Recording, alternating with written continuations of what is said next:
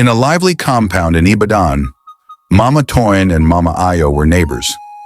Both women sold goods at Bodija Market and often wore colorful Ankara dresses with matching Gil head wraps. Their children, Toyin and Ayo, were best friends. They played every day after school, running through the compound in their African print outfits. One evening, as they ate amala and ewedu soup under a dim lantern glow, Ayo turned to his mother. "Mama, I want a phone," he said. Mama Ayo looked at him surprised. "Ayo, you're too young for a phone." "But Mama, all my friends have one," Ayo pleaded.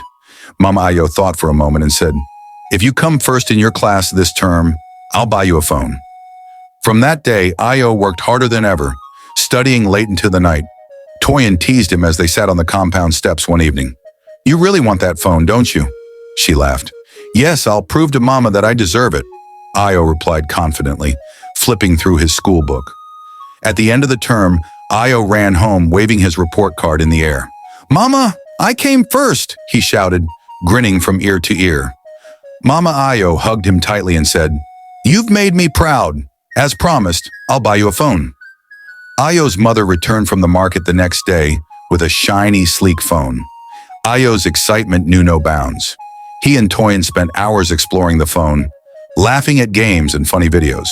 One afternoon, while their mothers were at the market, Toyin and Ayo discovered an unfamiliar app on the phone. "What's this?" Ayo asked, tapping the icon. The screen filled with strange videos that neither of them understood. "This doesn't look like a game," Toyin said nervously. "It's probably for adults," Ayo guessed, unable to stop watching. Ayo and Toyin started watching the videos every afternoon when their mothers were away. "This is our secret," Ayo said firmly. Toyin nodded, but deep down she felt uneasy. The videos became a regular part of their afternoons, but their friendship started to change. They spent less time playing outside and more time behind closed doors. One day, Toyin asked, "Do you think this is wrong?" Ayo shrugged. "It's just videos. We're not doing anything bad." One afternoon, Toyin turned to Ayo as they sat in his room. "Ayo, I have an idea," she whispered. "What is it?" he asked, scrolling through the phone. "What if we try doing what they're doing in the videos? Maybe we'll understand better," Toyin said. Ayo froze, his face filled with shock. "No, Toyin, that's not for us to try." "Why not?" she insisted. "No one will know." Eventually, after much persistence, Ayo reluctantly agreed. The two decided to experiment in a secluded corner of the compound. As they started, they heard footsteps approaching. "Someone's coming!" Ayo whispered urgently. The children scrambled to their feet, running in opposite directions just as Mama Toyin appeared in the yard. After the close call, Ayo and Toyin decided to be more cautious. They locked themselves in Ayo's room whenever they wanted to explore. "This is safer," Toyin said. "But it still feels wrong," Ayo muttered, looking out the window nervously. Days later, Toyin brought up the idea again. "This time, let's try it when no one's home," she suggested. "I don't know, Toyin," Ayo replied, his voice shaky.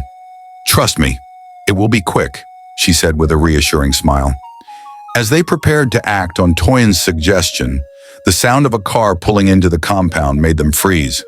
"Our mothers are back!" Ayo exclaimed, panicking. They quickly hid the phone under a pillow as Mama Ayo entered the room. "What's going on here?" she asked, narrowing her eyes. Under Mama Ayo's piercing gaze, the children couldn't hold back. They confessed everything: the videos, their curiosity, and their plans. Mama Ayo's face turned pale as she listened. "This is serious. I need to speak with Mama Toyin," she said, her voice firm. Mama Ayo and Mama Toyin met later that evening to discuss what had happened. "We've failed these children," Mama Toyin said, her voice breaking. "We must find a way to guide them," Mama Ayo replied. "They need help." The two mothers decided to speak with a local counselor at the community center. "These children are at a vulnerable stage," the counselor explained. "They need guidance and understanding." The mothers agreed to start family counseling sessions. During the sessions, Ayo and Toyin learned about the importance of setting boundaries and making responsible decisions.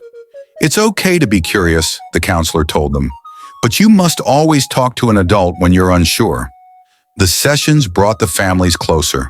Mama Ayo and Mama Toyin began spending more time with their children. "We'll play a game together every evening," Mama Toyin promised. And we'll have weekly family talks, Mama Ayo added. The children felt loved and supported. Months later, the families were closer than ever. The children focused on school and rediscovered the joy of playing outside. We've come a long way, Mama Toyin said one evening, watching Ayo and Toyin laugh while jumping rope in the yard. Parental guidance is key.